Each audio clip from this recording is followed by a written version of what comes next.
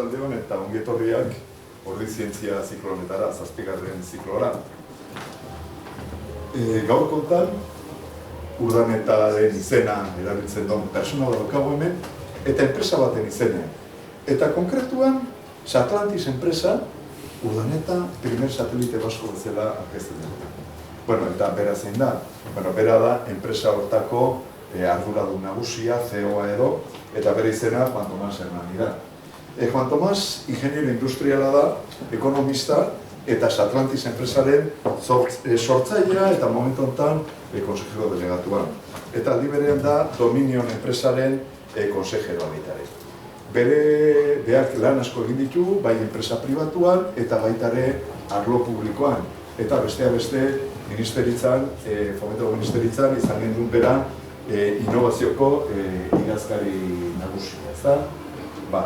Hori da. Eta besterik gabe, ikusten dut, berari hitza eman behar digula, zen danok kuriosite izan dugu Euskal Satelitea eta Urdaneta izenarekin, nolatan, zergatik, eta hobena dugu berari izan da ematea, izenean Juan. 5 mende geroago, beste bidai baten berri emateko, oraingoan 500 kilometroa gorago. Y la verdad es que me da mucho pudor venir al pueblo natal de Urdaneta a hablaros de Urdaneta, porque creo que vosotros mejor que nadie y sobre todo tras los eventos...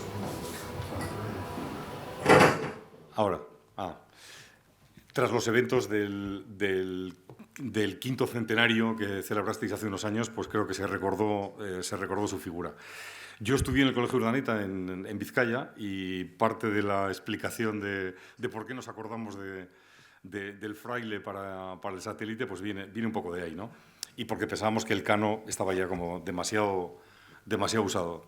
Queríamos buscar una figura de un explorador vasco con un currículum o una historia científica amable, no de historiador guerrero, sino más bien de personaje pues descubridor y del lado de la ciencia. Y eso es lo que contamos. Y por eso, pues mi primer punto, como punto número 0, pues me gustaría hablaros de Urdaneta versus Urdaneta, ¿no? Intentar hacer 4 guiños de aquel cosmólogo y fraile poliédrico y el satélite, ¿no? Alguien que con toda seguridad para triunfar necesitó manejar muchas disciplinas. Si no hubiera manejado la política, no hubiera sabido manejar, por supuesto, la navegación, la tecnología, el saber con quién tenía que embarcarse como Legazpi para poder producir el viaje, y finalmente conseguir la financiación, pues no lo habría hecho, ¿no? Y al final de su vida pues lo consiguió. Bueno, pues lo nuestro también es un poco parecido. O sea, que hay una suma de muchas barreras que hay que superar para conseguir poner un satélite en el espacio. No solamente se necesita dinero, no solamente se necesita un talento multitecnología de un equipo que domina muchos campos, sino también se necesita estar acompañado por unos cuantos sís, ¿no?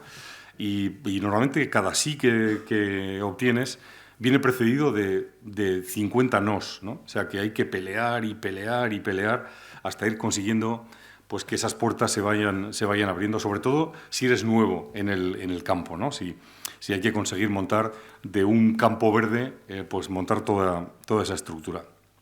En segundo lugar, creo que lo mismo que Urdaneta, te tienen que ir los retos, ¿no?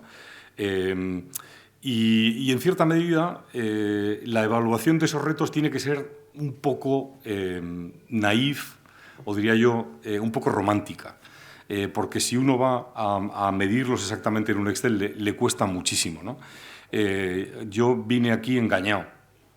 Lo mismo que Urdaneta cuando hizo su último viaje a Filipinas, ¿no? Que él pensaba con toda seguridad que iba a Nueva Guinea, que era su objetivo, y cuando estaba ya bien en alta mar le dijeron que no iba para allá y que el destino pues era Cebú, a partir del punto en el que inició el tornaviaje. A nosotros nos ha pasado lo mismo, ¿no? O sea, pensábamos que en el 2013 que el 2015 era nuestro año de volar. Teníamos que trabajar mucho 2 años y en 2 años estaríamos listos, ¿no? Incluso hablábamos de que había que contratar ya a los que te lanzan para arriba, a los de los cohetes, ¿no? Bueno, pues esto no sucedió hasta 6 años después. O sea que si lo hubiéramos sabido al principio, pues no sé si nos habríamos embarcado en la aventura. O sea que hay un punto de lucha y tesón que también está ligado con, no voy a decir perder la objetividad, pero hay que tener esa capacidad de sueño y al final quererse creer determinados objetivos que terminan siendo pues un poco más lejos, ¿no? Hay un tercer punto que me encantó cuando lo leí de Urdaneta, que es que su primera condición era que como mínimo hubiera un 33% de guipuchis en la tripulación. O sea, que sabía con quién tenía que jugarse los cuartos y aquello no podía ser gente de la que no se fiara, ¿no? Y bueno, pues esto también encaja, creo que un poco con nosotros, porque esa capacidad de definir y controlar el ser y la cultura, la confianza, la palabra y sobre todo pues es el compromiso de entrega, el delivery que dicen los ingleses, ¿no? Es algo fundamental para esa aventura, ¿no? Hay un cuarto elemento que es la suerte, que también es muy importante. O sea, que hay grandes proyectos que cumplen N-1 condiciones, pero que no han tenido suerte, ¿no?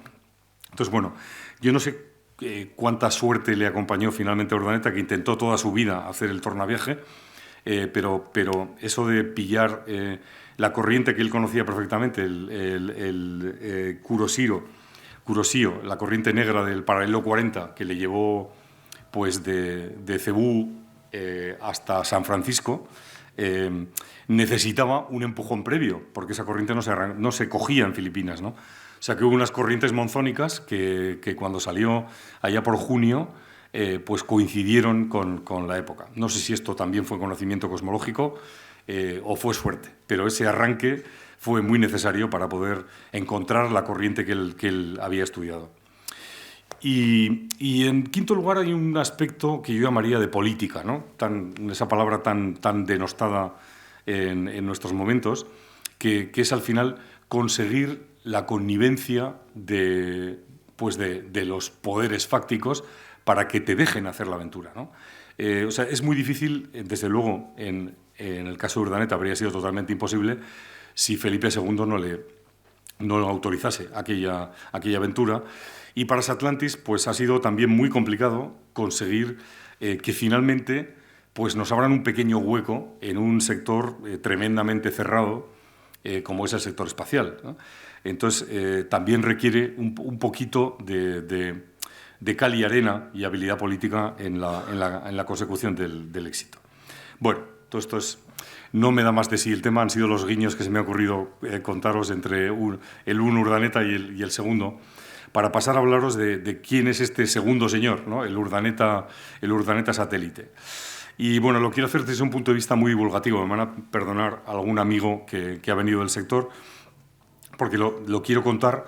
O sea, ¿qué es esto de un satélite? ¿Qué cosas tiene ahí metidas que hacen que funcione, ¿no?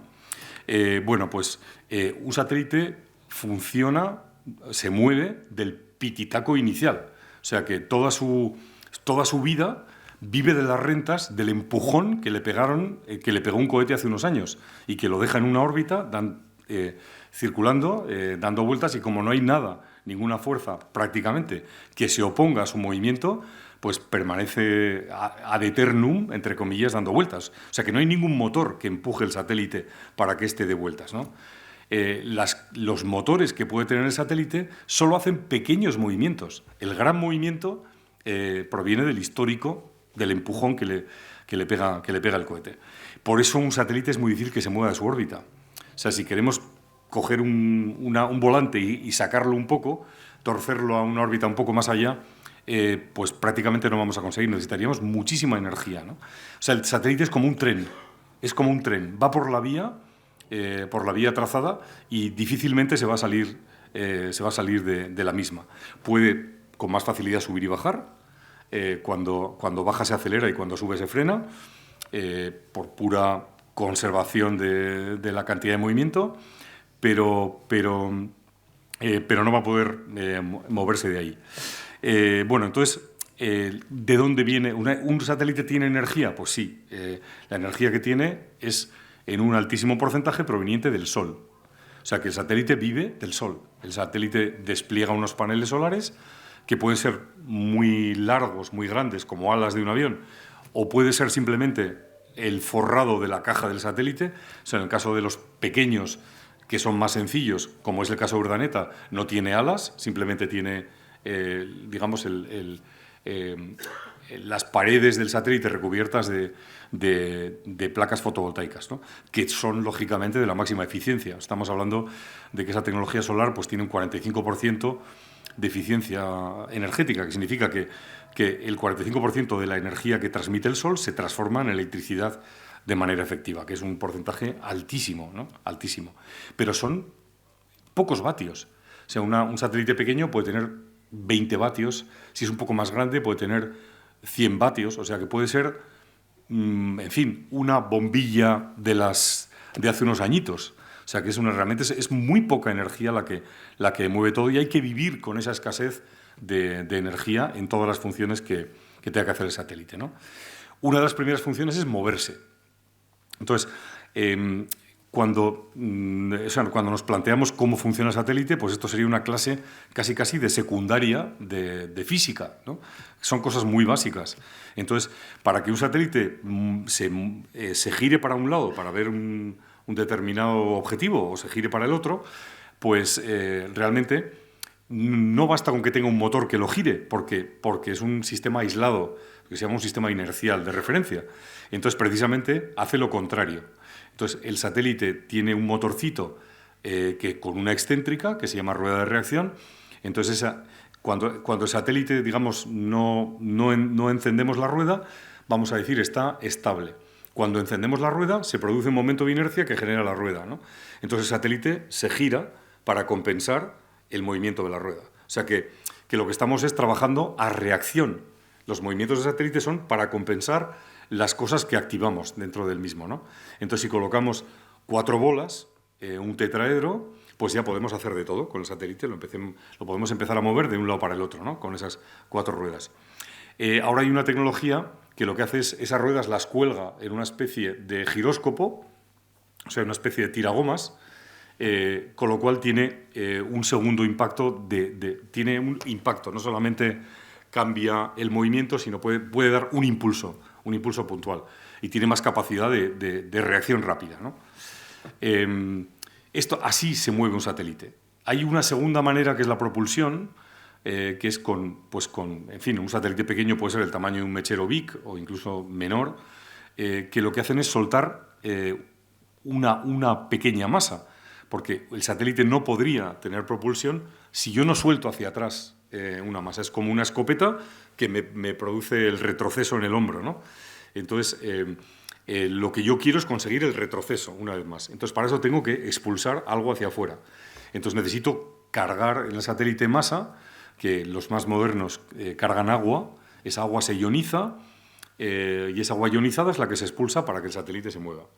Los más viejos tenían un líquido que se llama hidracina, que es muy tóxico y muy peligroso, o sea que si alguien lo respirara un poquito moriría instantáneamente, entonces es peligroso en los lanzamientos, etcétera, y ya, bueno, se está descartando, se está sustituyendo por butano, que no se quema, el butano no se quema combustible, simplemente se suelta, y eso es lo que genera el impulso, ¿no? O sea que sigue siendo la energía del Sol la que mueve las cosas. Un satélite tiene que comunicarse.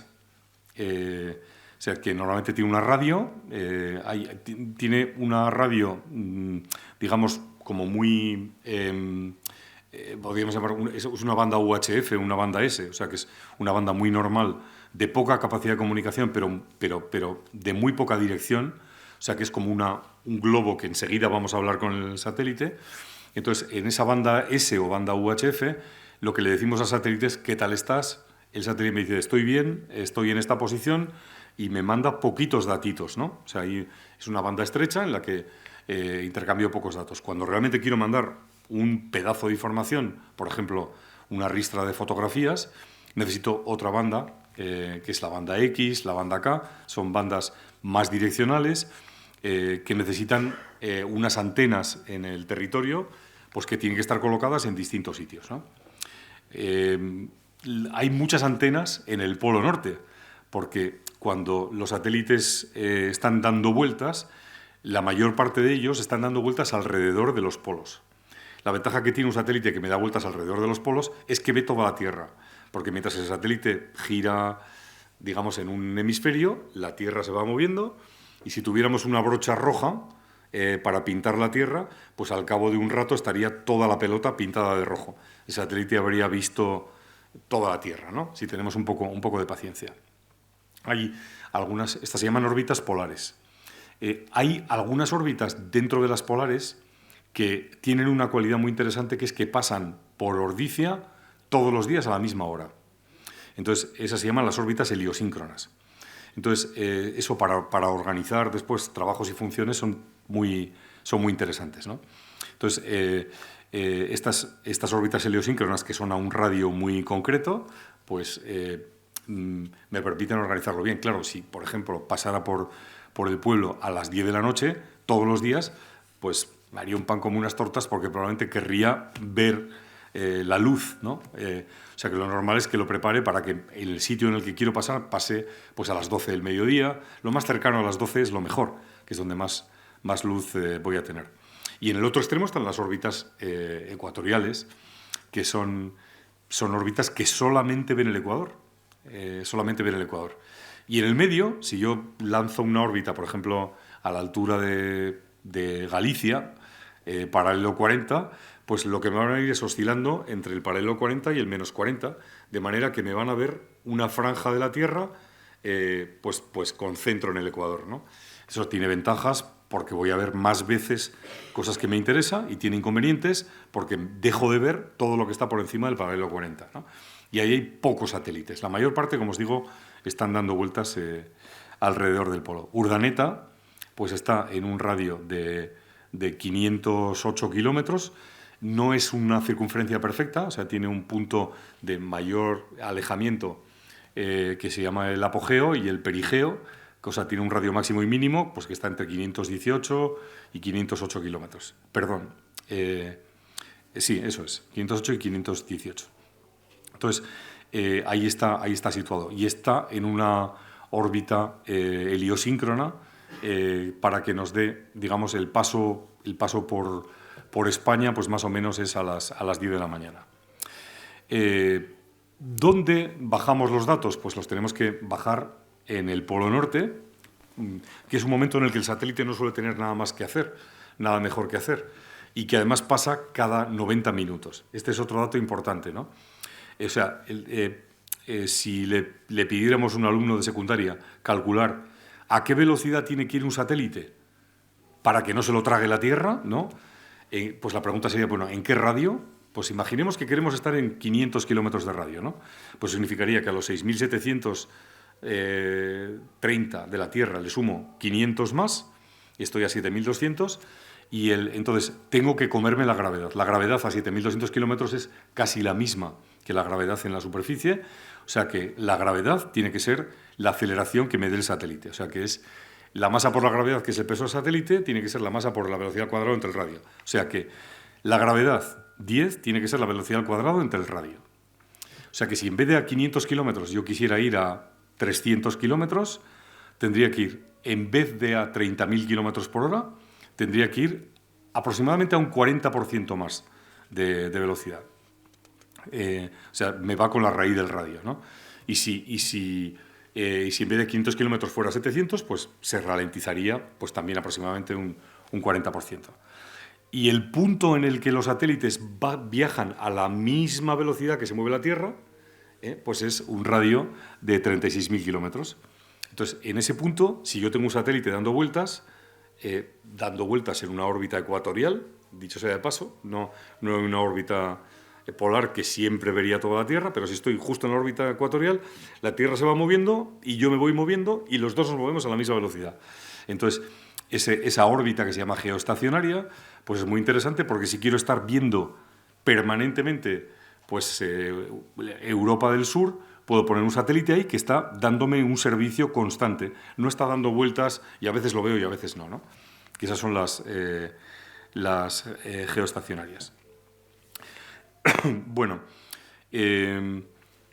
todavía no os he dicho qué hace el satélite. Estos son componentes generales. Todo satélite necesita moverse, necesita comunicarse, por supuesto necesita batería, memoria.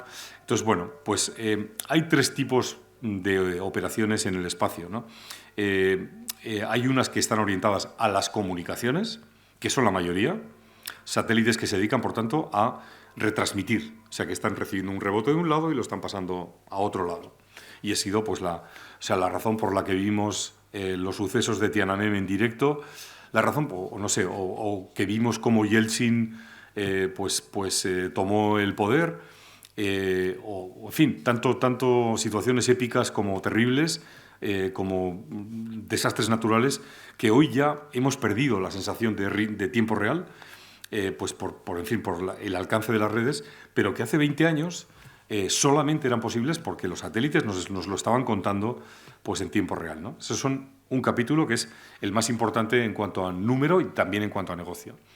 Hay un segundo capítulo que es muy importante, que son los satélites de posición, o sea, que son los GPS, los Galileos en Europa y también los satélites rusos y chinos que nos dan la posición, ¿no? Hoy, si no tuviéramos satélites que nos están diciendo pues dónde estamos, pues no funcionaría nuestro teléfono móvil, el tráfico aéreo pues colapsaría, los barcos no sabrían dónde ir, pero es que hemos llegado a un punto de digitalización tal que hay transacciones en blockchain, transacciones bancarias que están tomando un timestamp que se lo dan los satélites.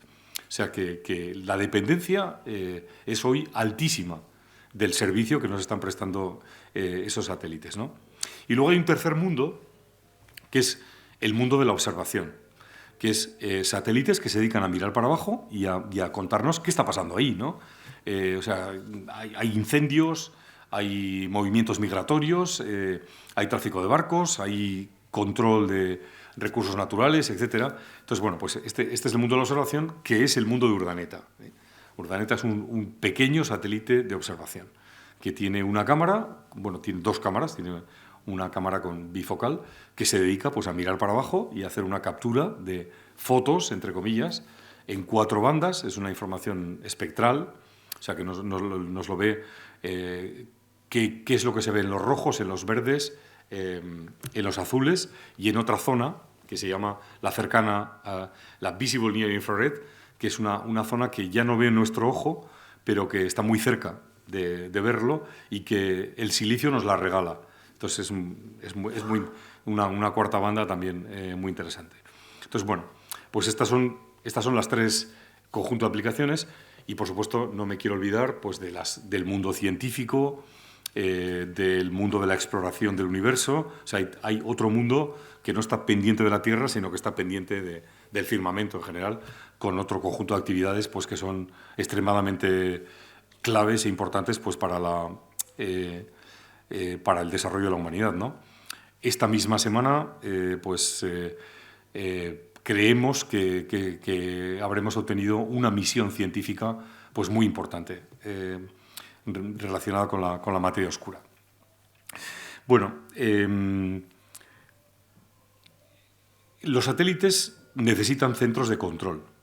O sea que necesito gente en una sala de control que está viendo una pantalla por donde está pasando, está recibiendo los datos y está haciendo cosas con esos datos, está básicamente procesándolos, ¿no?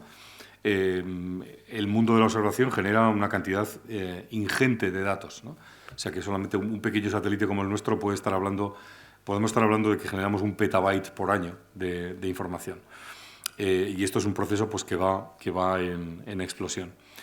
Y el último punto, el último elemento que creo que es importante en la estructura física de lo que es un satélite es el concepto de lanzador, ¿no? Urdaneta fue lanzado al espacio desde Cabo Cañaveral, desde Kennedy, el pasado 25 de mayo, y lo lanzó un cohete de Elon Musk, ¿no? de SpaceX. Entonces, el mundo de los lanzadores es un mundo necesario e importantísimo para que el espacio exista. Si no hay nadie que nos lleve allí, pues no habrá manera de llegar, ¿no? Esto ha sido un cuello de botella, una restricción pues gordísima para el desarrollo del espacio en los últimos años, y en este momento pues está teniendo un boom. Un boom que SpaceX es el primer protagonista, no cabe duda, o sea que está en este momento lanzando un satélite a la semana, o sea que está pues eso, del orden de 50 y tantos satélites al año. Se lanzan de 50 y tantos lanzamientos al año. El año pasado se lanzaron en total un poco menos de 120, y bueno, pues el señor Musk es responsable de casi la mitad de esos lanzamientos, ¿no? Los chinos se llevan pues otros 50, o sea que son gente muy importante, y luego hay Europa tiene unos poquitos, Rusia tiene unos poquitos, Japón, y bueno, y ahora están llegando nuevas empresas, que todavía solo hay un par de ellas, que están haciendo cohetes pequeños para satélites pequeños, que tienen pues una gran promesa, porque si yo quiero hacer algo especial, en vez de ir en un autobús que me lleva donde el autobús va, porque si imaginaros qué hacemos nosotros con un paquetito de 15 kilos, que es lo que pesa Urdaneta, a un satélite de 10 toneladas, ¿no? Pues me dice, pues mira, te vas a tener que ir de pie en aquella esquina y te voy a dejar en 580 kilómetros, que es donde voy. Si no te interesa, pues espera el siguiente autobús, ¿no? Porque el que define dónde va pues es el cliente principal, que lleva pues el satélite grande o la carga grande. Bueno, pues los cohetes pequeños están muy bien para los que tenemos satélites pequeños, porque pues nos pueden llevar como un taxi allá donde queramos, siempre que pues se mantenga una relación prestaciones-servicio con el precio, ¿no? Cosa que es muy difícil. Yo creo que tiene muchísimo mérito, porque competir contra estos gigantes pues va a ser realmente muy complicado. Bueno, dejadme que hable un poco más de algunos datos del espacio, ¿no? En primer lugar, el espacio, diríamos, es un sitio legal. O sea, el espacio es el único lugar en donde uno casi puede hacer lo que quiere. Yo puedo hacer una foto de un hangar de arsenal armamentístico norteamericano, me puedo ir a Arizona y hacer fotos de los cazas que están ahí de Estados Unidos. Eso es perfectamente legal. Estados Unidos controla bien este tipo de cuestiones con sus empresas, pues no permitiéndoles que éstas vendan informaciones sensibles en otros lugares del mundo donde son malotes, ¿no? Pero realmente lo controla sobre las empresas que tiene mano. Porque el espacio es un sitio donde esto se puede hacer. O sea que las millas de control territorial pues terminan en un punto que depende de los países, pero están en los 100 kilómetros aproximadamente, fundamentalmente porque es muy difícil que haya nada en 100 kilómetros, ¿no? Porque a 100 kilómetros la única manera de sustentarse es dar vueltas a toda velocidad, habría que ir rapidísimo, y como hay un poquitín de atmósfera, pues me quemaría en cuestión de horas. Entonces es un área en la que a nadie le preocupa demasiado. No puede pasar un avión a 100 kilómetros, no hay sustentación, ni tampoco puede pasar un satélite porque se abrasaría hoy por hoy, ¿no? De acuerdo al estado actual de la tecnología.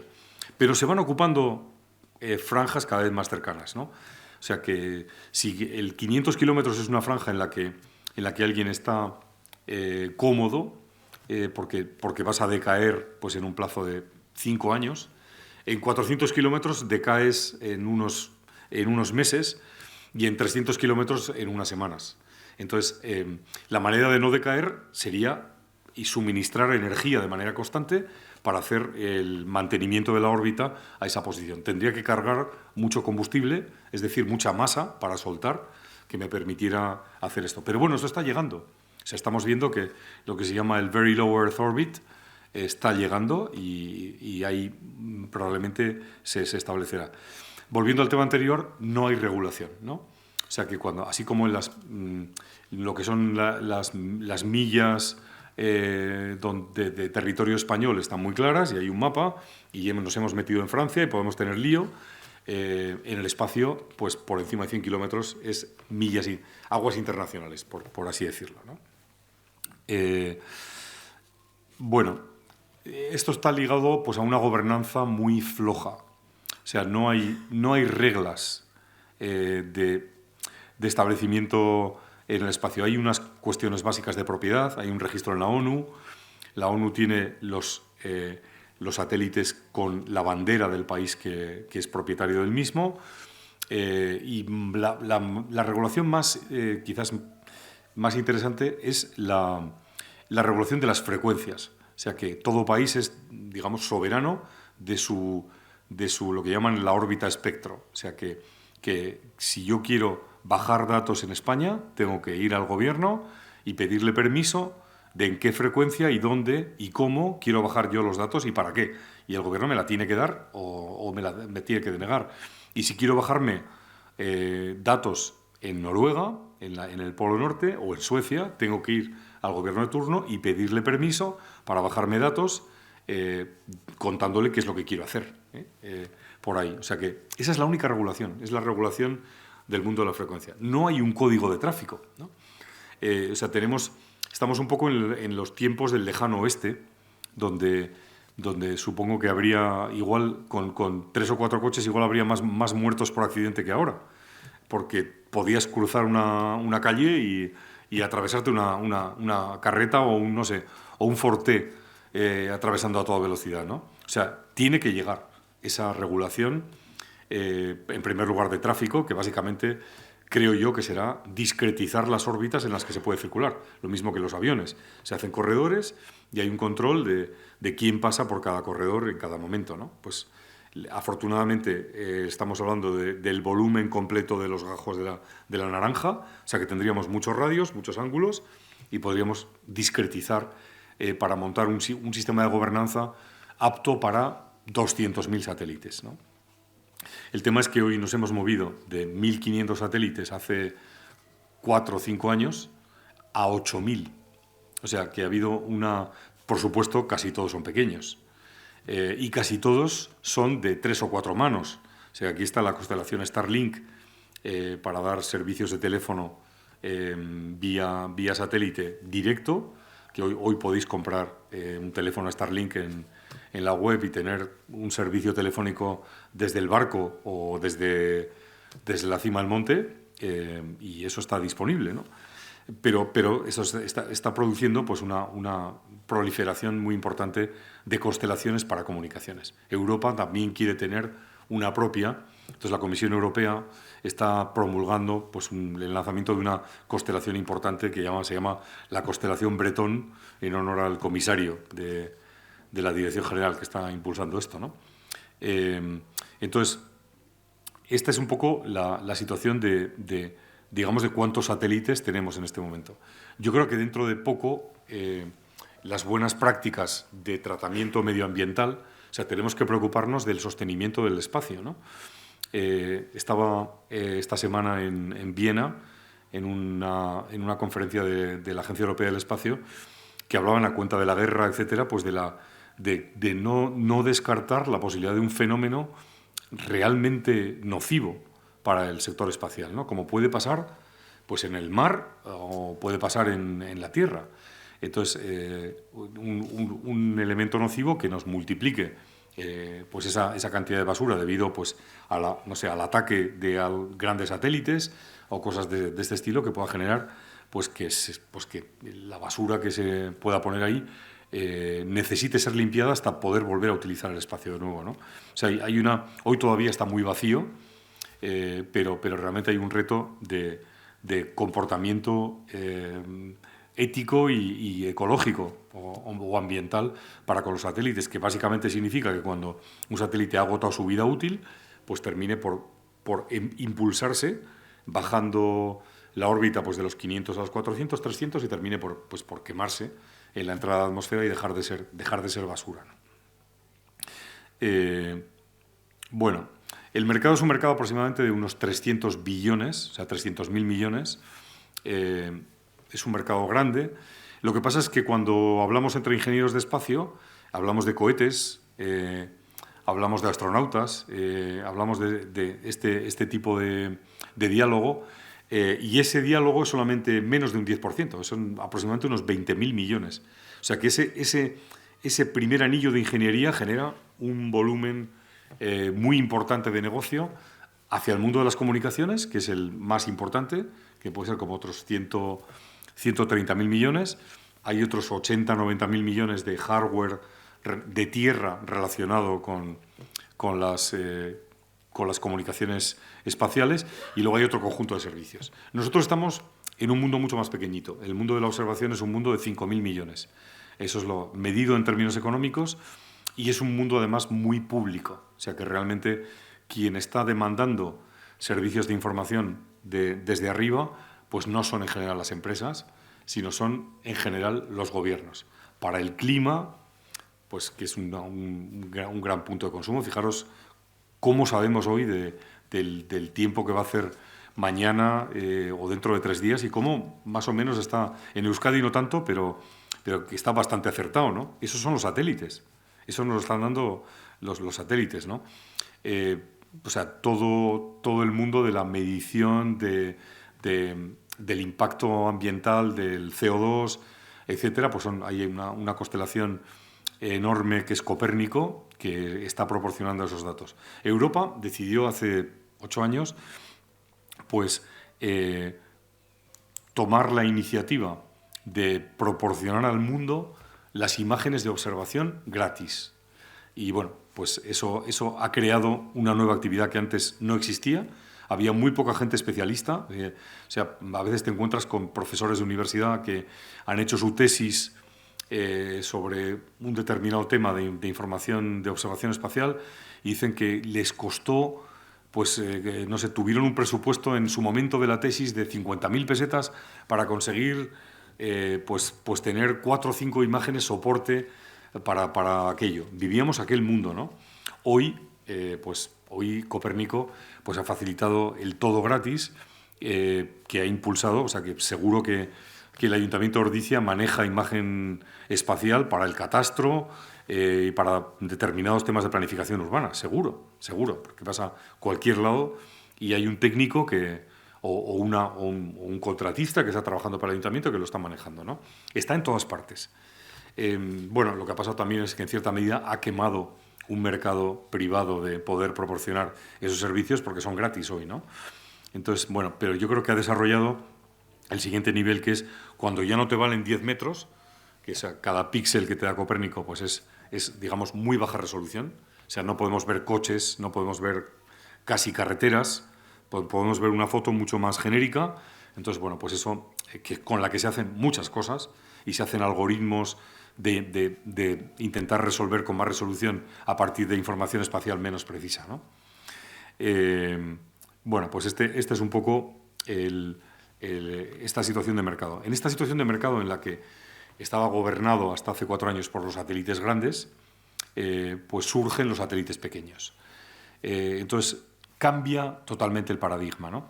Si yo voy a construir un satélite que vale 500 millones, voy a tardar 7 años. Más vale que no tenga un problema con la radio, porque si tengo un problema con la radio, me quedo sin satélite y he perdido 500 millones. No me puedo permitir ese lujo. Por tanto, probablemente llevaré 2 radios o 3 y probablemente las habré testeado en las peores condiciones. El espacio es muy mal amigo porque tiene una alta radiación, o sea, tiene una radiación gamma que achicharra y tiene una radiación de protones, de partículas alfa que manda el Sol, que también quema la electrónica. Entonces, es difícil sobrevivir a eso. Hay que ser un especialista para protegerte de ese entorno. El espacio tiene un alto vacío. Entonces, los objetos en alto vacío se comportan de manera muy rara. La electrónica se puede retorcer, puede sudar agua, cambiar la geometría, o sea, hacer cosas raras. Una junta que has pegado pues puede soltar un gas, hacer un outgassing y cambiar de propiedades químicas y ese pegamento dejar de pegar. O sea, el alto vacío es un problema importante, ¿no? Y finalmente está el tema del calor, que es que no hay convección, no hay aire para refrigerar y todo es radiación y conducción. Entonces, si yo cada 90 minutos estoy de cara al sol achicharrándome y otros 45 minutos al sol y 45 minutos en la sombra, en el eclipse, en la noche, tengo un agujero negro, que es el firmamento, que me enfría a toda velocidad, y un sol que me radia, que me achicharra, ¿no? Entonces, esos gradientes de temperatura son gigantescos cada 90 minutos. Entonces, eso termina por machacar cualquier material, ¿no? Entonces, tienen que ser materiales muy estudiados para aguantar esos gradientes térmicos constantes. Entonces, bueno, pues todo ese contexto que se conoce muy bien, o sea, que cualquier ingeniero aeroespacial no es un gran reto, es un tema bastante dominado, pues tiene el problema de que hay que asegurar que lo que pones sobrevive a esa cantidad de penurias, ¿no? Y eso significa ingeniería, ¿no? Y significa meses, etc. Entonces, hemos llevado un sector espacial a un punto en el que el coste no es lo importante, el coste es la consecuencia de lo que queremos hacer. Y hay que redundar, hay que utilizar materiales que son compatibles con estos comportamientos espaciales, hay que utilizar una electrónica que se llama endurecida, que aguanta esa radiación. Y esto ha sido el espacio de los últimos 40 años, ¿no? Pero de repente hemos llegado unos chavales, no yo, sino mis colegas, ¿no? que han tomado la electrónica industrial, ¿no? Y la electrónica industrial que tiene más robustez que la electrónica de consumo, pero que no tiene nada que ver con la de espacio. Y han protegido los sistemas completos. En vez de componente a componente, hemos ido a colocar unas placas de epoxi, a cerrarlas con unas cajas de aluminio y a nuevas tecnologías que se están desarrollando para la protección del sistema completo. Claro, un chip que yo pueda comprar en el sector industrial, por ejemplo, una CPU o una FPGA, un chip de procesamiento, pues no sé, me valdrá unas decenas o unos pocos cientos, si es muy caro, de euros, comparado con miles que me cuesta el espacial, pero es que además el industrial, que lo acaban de sacar hace 3 meses, tiene 10 veces la capacidad del espacio, que es un chip de hace 4 años, porque tardó unos cuantos años en ser endurecido para el espacio, ¿no? Entonces, la capacidad que yo puedo conseguir es muy superior. O sea, Urdaneta hoy tiene una capacidad de procesamiento de 3 gigas por segundo en su placa de proceso, que no la tiene el Endeavour, que no la tienen misiones gigantescas de exploración espacial, pues sencillamente porque es otra electrónica, mucho más potente, ¿no? Entonces, bueno, con esa aproximación de, como dicen los americanos, good enough, o sea, suficientemente bueno, no tengo por qué ir a la excelencia, ¿no? Entonces esto produce una disrupción en costes, una disrupción en plazos, y entonces empieza a acercar el proyecto pues a una industria cualquiera, ¿no? O sea, si le preguntáramos a CAF, ¿te interesaría tener controlado tu parque mundial de ferrocarriles en tu centro de control, pues con los datos que te pueda estar enviando, pero también con su footprint, con su trazado, que puedas preocuparte de su seguridad, que si tienes un tren en Medina la Meca puedas tener también una monitorización de lo que está pasando en una alfombra de 15 kilómetros alrededor de la vía? Pues Dios, claro, si vas a hablarme de un satélite de no sé cuántos millones, de 7 años, digo, jamás se lo habrán pensado. Pero en el momento en el que hablemos de unas cifras parecidas a cualquier proyecto de ingeniería, pues estamos hablando cada vez más de hardware, software y servicios que los distintos sectores, no creo que CAF sea el primero, pero probablemente sí el sector del oil and gas, pues empiezan a adoptar porque les interesa saber qué está pasando con sus 50.000 kilómetros de tubo desplegados en sitios remotos, ¿no? Entonces, esto va a hacer que de alguna manera se vaya facilitando la adopción de nuevos entrantes al sector del espacio. Bueno, nosotros nos dedicamos a las fotos, o dicho de una manera muy con mucho, diría yo, cariño y detalle, nos dedicamos a hablar y entender el lenguaje de la luz. O sea, la luz transmite mucha información. Cuando hacemos una foto sobre una refinería, pues lo que obtenemos es un conjunto de informaciones que nos pueden estar diciendo cuánto gas está saliendo por la chimenea, qué porcentaje de CO2 estoy quemando, si hay gas que no se está quemando y hay un metano que se está venteando sin quemar. Me puede estar contando cuál es la huella ambiental que está dejando mi infraestructura. Lo que tengo que hacer es irlo mirando con mucho detalle en distintas zonas del espectro, ¿no? Si quiero mirar, por ejemplo, plásticos flotando en el mar, pues me doy cuenta que lo tengo que mirar en determinadas zonas del registro de la luz y ver cómo se comporta una bolsa de plástico en el mar, en ese reflejo que me da sobre la luz, ¿no? Es una cuestión muy técnica, no es una cuestión de fotos bonitas, sino es una cuestión de información técnica en zonas espectrales. La luz tiene un campo visible entre el azul, el violeta, que son 400 nanómetros de longitud de onda. O sea, es como si fuéramos a una tienda de pinturas y cuando me enseñan el Pantone de los colores que quiero elegir, puede usted elegir entre el azul, que tiene el número 400, y el rojo, que tiene el número 700. Todos los colores en el medio están en esa franja, ¿no?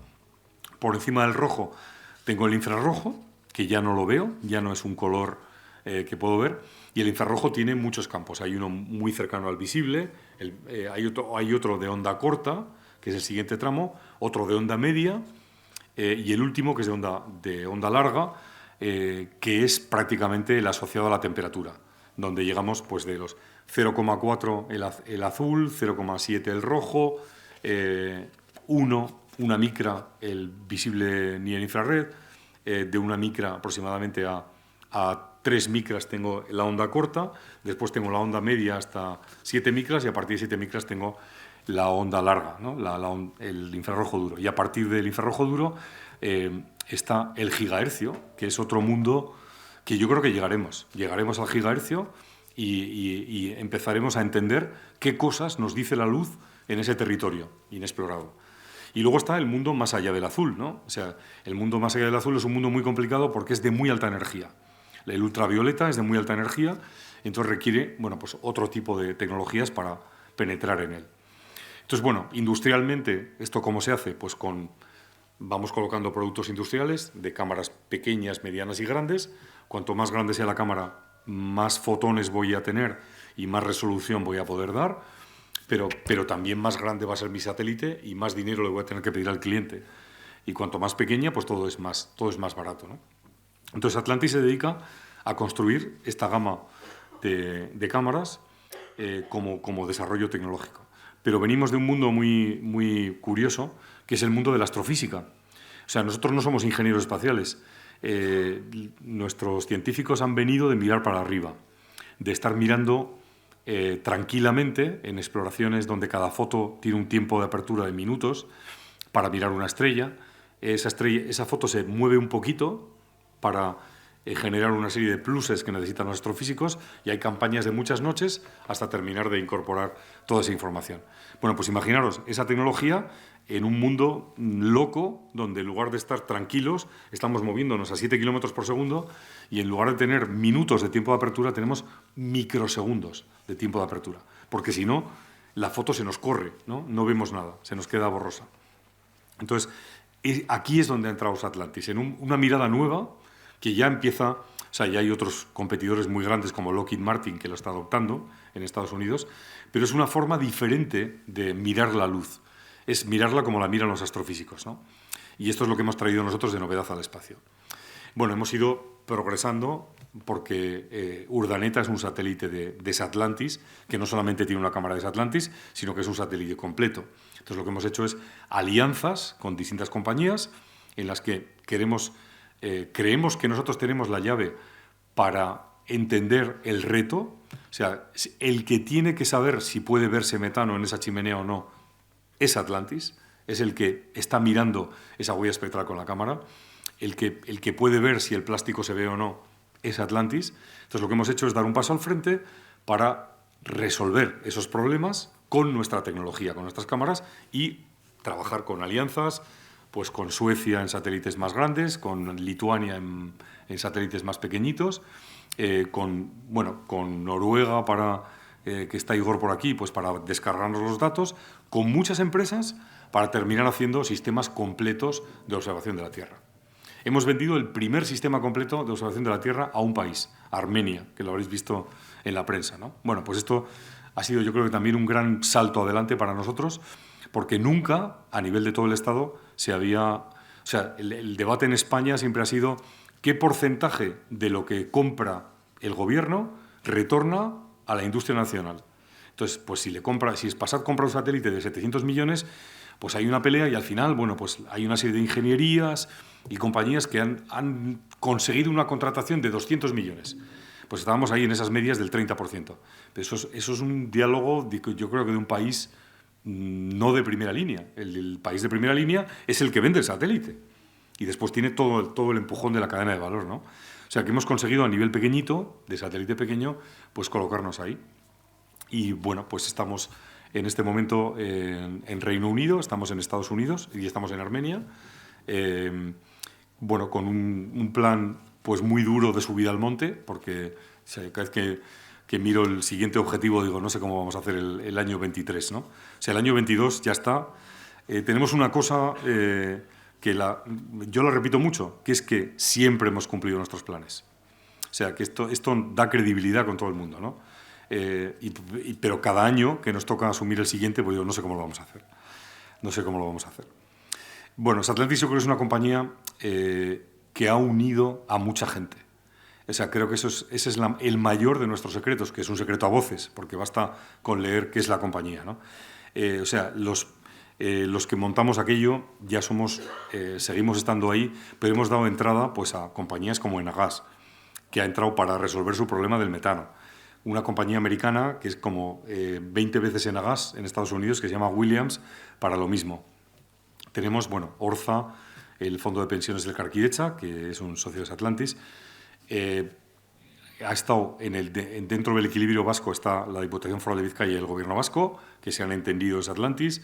Está dentro del equilibrio a nivel estatal, le tenemos pues, a instituciones del Estado como el CEDETI, el ICO, que se han entendido con el Gobierno vasco y la Diputación. Están, o sea, todos metidos en la misma mesa, o sea, que os imagináis que es un equilibrio muy, muy interesante, pero que funciona muy bien, ¿no? Y tenemos una parte pública y una parte privada. Es interesante la parte pública en un sector en el que el mercado es fundamentalmente público. Y bueno, y sin embargo, a pesar de eso, pues digamos, nuestra cuenta tiene mucho que ver con las ventas comerciales. O sea, aunque sean clientes públicos de fuera, que para nosotros es como si fueran clientes privados, porque son ventas de exportación internacional. Y bueno, pues en ese, digamos, en ese mix, pues hemos conseguido, yo creo que meter a mucha gente. Porque también tenemos el binomio Europa-Estados Unidos. Estados Unidos tiene unas reglas de espacio muy concretas, muy proteccionista en el control de su sector, que también es el control de su exportación, o sea, tiene reglas muy, muy estrictas de control de exportaciones.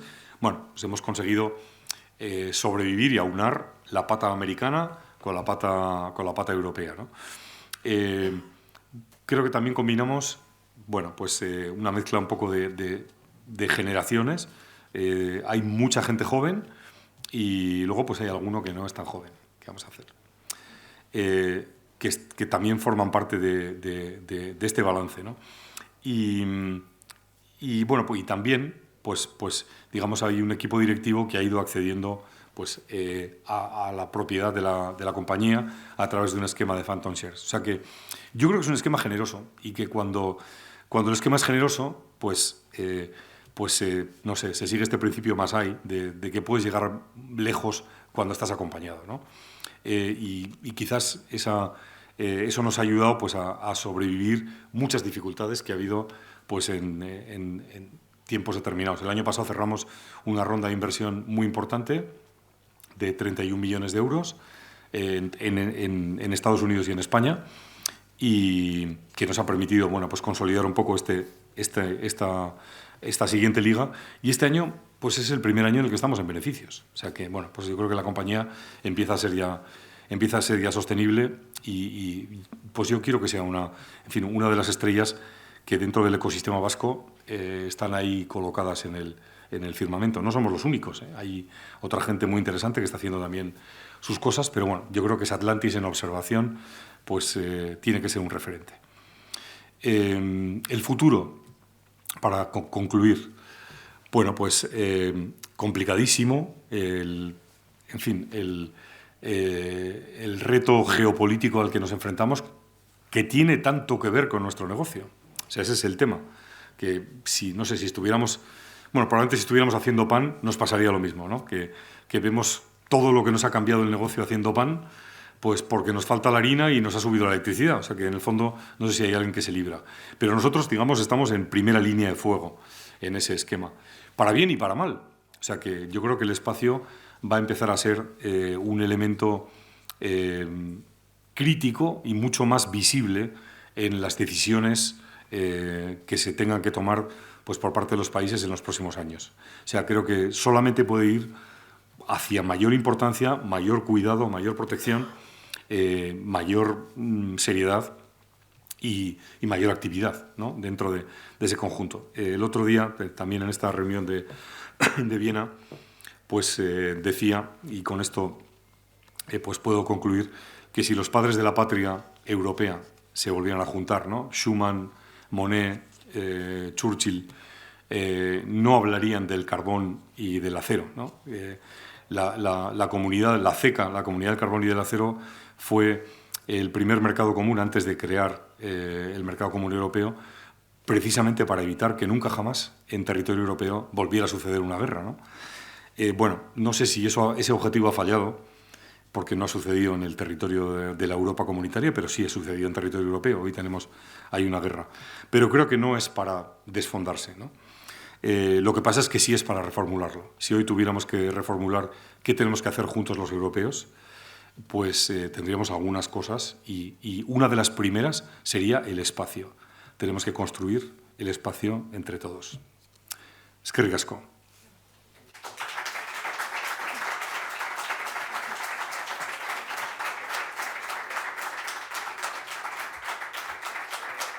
No sé, José Luis, si soléis hacer preguntas o cómo... Si alguien tiene alguna pregunta, ahora...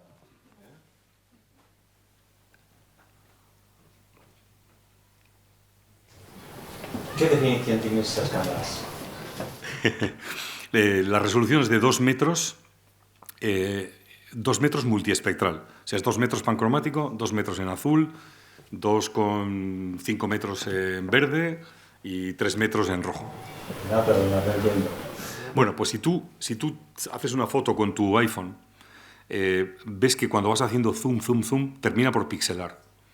Bueno, cuando ves el tamaño de la cosa pixelada, o sea, después pues si es un granito que ya empieza a pixelarse que tengo aquí en la cara. ¿Ese granito cuánto mide? 3 milímetros. Bueno, pues significa que la resolución es de 3 milímetros la que te da esa cámara. Si fuera mejor, podrías seguir haciendo zoom hasta que te apareciera un objeto pequeño, ¿no? Entonces, esta foto a 500 kilómetros pixela cuando los objetos que representa son de más de 2 metros. Es decir, un coche se representa por 2 píxeles. O sea, ese es un orden de magnitud. Esto significa que es alta resolución. La muy alta resolución está en menos de 1 metro y la media resolución pues está en los 5 metros de píxel. Podríamos hablar mucho más porque esto es muy impreciso y hay muchos más temas a tener en cuenta. Pero bueno, a nivel divulgativo te vale el ejemplo del zoom del iPhone hasta pixelar. Vale, y según la frecuencia con la que miremos, podemos detectar si hay en Petronor una fuga de metano o de butano. Bueno, la fuga la pillas o no la pillas. El satélite pasa una vez al día por determinado punto, pero la realidad es que o sea, el satélite vuelve a la posición 90 minutos después, pero la Tierra se ha movido 90 minutos, que en latitud en ese punto pues igual son 1.500 kilómetros. Ya no vuelves a ver Petronor. Igual estás viendo Santiago, ¿no? Entonces, cuando vuelvas a ver Petronor, pues tendrás que esperar y lo normal es que puedas verlo una vez cada 2 o 3 días. O sea, solamente los sitios exactamente que son órbitas geosíncronas los puedes ver todos los días a la misma hora. El resto, pues cada 2 o 3 días podrás verlo. Pero claro, el tema es que una órbita es muy estrechita, es la vía del tren. O sea, una órbita son 20 kilómetros, para situarnos en órdenes de magnitud. Si yo veo la Tierra de 20 en 20 kilómetros, o sea, esa brocha que yo te decía de pintar la Tierra va a tardar mucho en dar muchas vueltas hasta tenerla toda pintada, ¿no? La ventaja que tiene nuestra tecnología es que yo tengo un ángulo sólido de 60 grados, más 30 menos 30, o sea que significa que en una alfombra de 600 kilómetros por donde paso, centrada, puedo decidir a qué lado mirar. Entonces, de esa manera, aumento el número de impactos que puedo tener por vuelta, porque digo, ahora lo miro hacia la izquierda y en la siguiente lo miro hacia la derecha y lo he visto 2 veces en 180 minutos. Sí, hasta ahora, perdón, hasta ahora, ¿qué observaciones se pueden señalar como más destacadas o impactantes? ¿Que nosotros hayamos realizado? En los meses que lleva operativo, Sí. algunas observaciones de titular de prensa, vamos. Pues mira, primero, que no son nuestras las imágenes. O sea, las imágenes son de Armenia. Con lo cual, o sea, forman parte de su ámbito, ¿no? Entonces, en 2 metros, o sea, por ejemplo, todos los temas militares están descartados. Están descartados. No, es un satélite que en su resolución está situado en el ámbito totalmente civil. Y lo que hace es el aburrido trabajo de revisitar, pues, determinados campos, infraestructuras, ciudades, para ir capturando información y rellenando bases de datos. O sea, no te puedo precisar dimos en el clavo porque justo pasábamos por el Ártico en el momento del bombazo del gasoducto, ¿no? Hay alguna foto por ahí, por cierto, ¿eh? ¿Cuánto puede tardar una foto en mandarse desde el satélite a vosotros, más o menos? ¿Es instantáneo? No. O sea, la comunicación hacia arriba con el satélite es casi instantánea, pero más o menos lo que tenemos es el ciclo de una órbita. Entonces, en el ciclo de una órbita tú has hecho la foto y normalmente en esa órbita la vas a bajar. Entonces, puede ser que la bajes, o sea, en el ciclo de 90 minutos, puede ser que la bajes 15 minutos después, y entonces ya está, en cuanto la tienes, digamos, en red de tierra, bueno, necesita un procesado, pero es un procesado rápido, de Data Warehouse, que tiene que hacer pues primero una ortorrectificación para colocarla en vertical, tienes que hacer una calibración radiométrica, que es si está muy quemada o está muy negra, para colocarla en un nivel tal, y luego tienes que colocar unos tags de georreferenciación, es decir, esto dónde está. Entonces, el esto dónde está, el satélite te dice dónde está con un error, y luego si estás viendo el desierto, pues te vas a quedar con eso, pero si estás viendo Donosti, pues la vas a clavar de exactamente dónde está la foto colocada.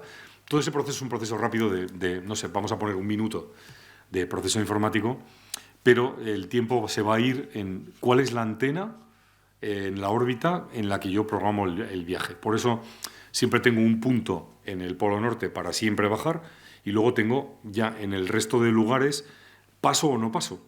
O sea, vamos a poner una antena en Bilbao, pero ahora estamos con una antena en Puerto Llano. Entonces, pues será cuando pase el satélite por esta órbita de aquí, porque ya en cuanto se empiece a mover hacia Italia, ya esa antena no la ves, ¿no? O sea, que lo que te conviene es tener un sistema lo más mallado posible de puntos de bajada.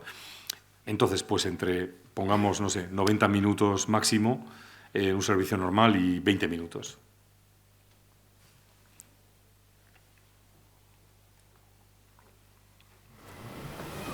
¿Tenéis un satélite solo? Sí, tenemos en este momento 4 satélites en marcha, hay uno volando, hay otra cámara más en la Estación Espacial Internacional volando en el módulo americano, pero que no es un satélite, es una cámara. Teníamos otra que se ha desmontado, y ahora teníamos 2 y ahora nos queda una. Y luego tenemos 4 satélites más, digamos, en preparación. O sea, ahí vamos a lanzar el siguiente propio, que es el del metano, en mayo. Lanzamos un Urdaneta 2 en diciembre del 23, y luego tenemos dos microsatélites gemelos para verano del 24. Y luego hay una cámara que vuela en diciembre para una misión de Reino Unido. ¿Y qué vida tiene? Has dicho 5 años antes. 4 años, sí. Bueno, hay más cosas que se irán completando. Acabamos de recibir de tener un contrato para una misión lunar que será dentro de 2 años y medio. Pero eso todavía no ha empezado, o sea, simplemente hemos firmado los papeles.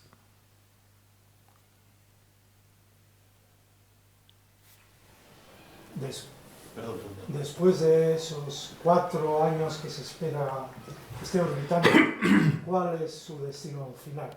El de Urdaneta. Bueno, 4 años es el tiempo de decaimiento del satélite. O sea, está todo más o menos sincronizado para que en el momento en el que empiece a prácticamente a arder, porque es el momento en el que ya baja a órbitas más bajas y se destruye, se autodestruye. No tiene propulsión. O sea, este primer satélite no tiene propulsión.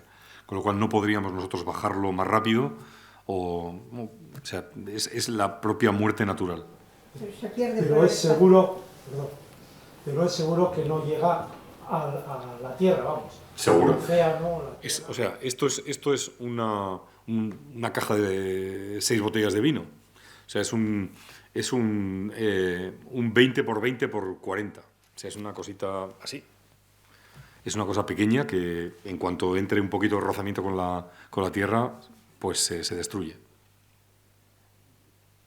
O sea, el problema son los satélites como camiones, satélites de 2 toneladas, que pueden estar volando en órbitas parecidas, que obviamente están mantenidos por combustible y que en el momento, o sea, necesitan todo un proyecto de debris, de bajada, ¿no? De desmantelamiento. Por eso ha habido estos líos con los chinos, que han dejado ahí camiones de toneladas y que por eso decíamos, ¿para dónde va a caer? Que de momento pues no ha habido ninguna desgracia, porque no tuvieron un comportamiento razonable. Pero los satélites pequeños no tienen ningún problema de esos. El asunto es que cada vez hay más y más y más que van a ir desintegrándose y andando por el espacio. Sí, lo que se trata es de tener un sistema de tráfico sostenible que permita encajar, como los coches, pues un esquema donde haya una capacidad de absorber volúmenes mayores, ¿no? Por un lado. Y por otro lado, pues tener un esquema ambiental donde esté garantizado, digamos, qué se hace con la muerte del satélite, sea pequeño o sea grande. El pequeño no dará pega. Bueno, además, el pequeño en bajas órbitas. Un pequeño en órbitas más altas, como 700, 800 kilómetros, puede estar muchos años muerto, dando vueltas y, bueno, pues ser al final un bulto de 15 kilos que no debería estar ahí. O sea, un satélite que se lanza a 700 kilómetros debe tener la capacidad de bajar y desaparecer.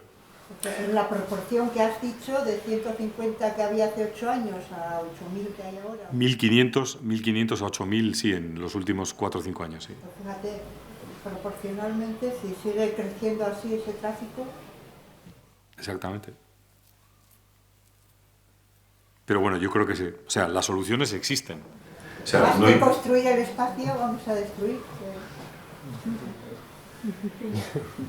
Tomás, has terminado la charla diciendo que hay que construir el espacio entre todos.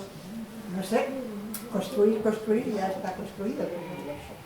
Lo que vamos a hacer con él en el futuro. Tiene que dejar de ser el lejano oeste para ser un lugar regulado. Es tan sencillo y tan difícil como eso. Si no lo conseguimos en la Tierra. Pero yo quería plantearle una reflexión alternativa.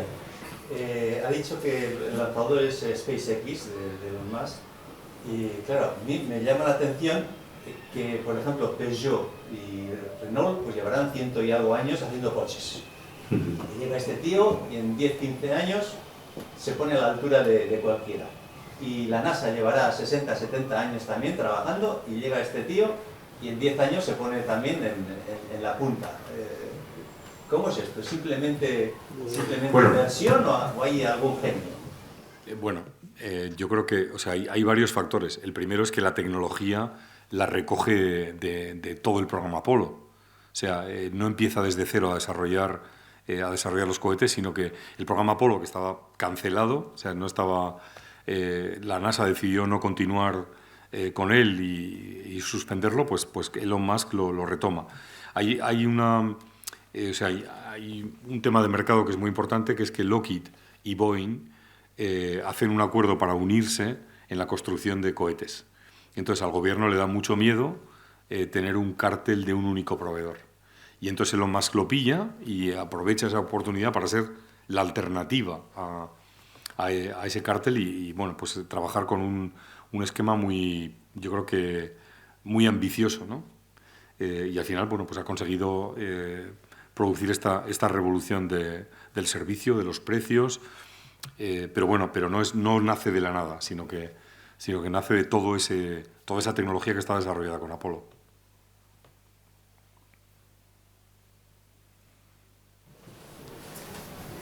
¿En qué orden les ha hecho bajar los precios Elon Musk entre estos cohetes? Pues en un 80%. O sea, el precio kilo, este es un, en fin, no es el único indicador, pero un precio kilo que anda por ahí pues puede ser 50, 60.000 euros, dólares el kilo, y él ha empezado a comercializar módulos de 200 kilos por 1 millón, o sea, 5.000.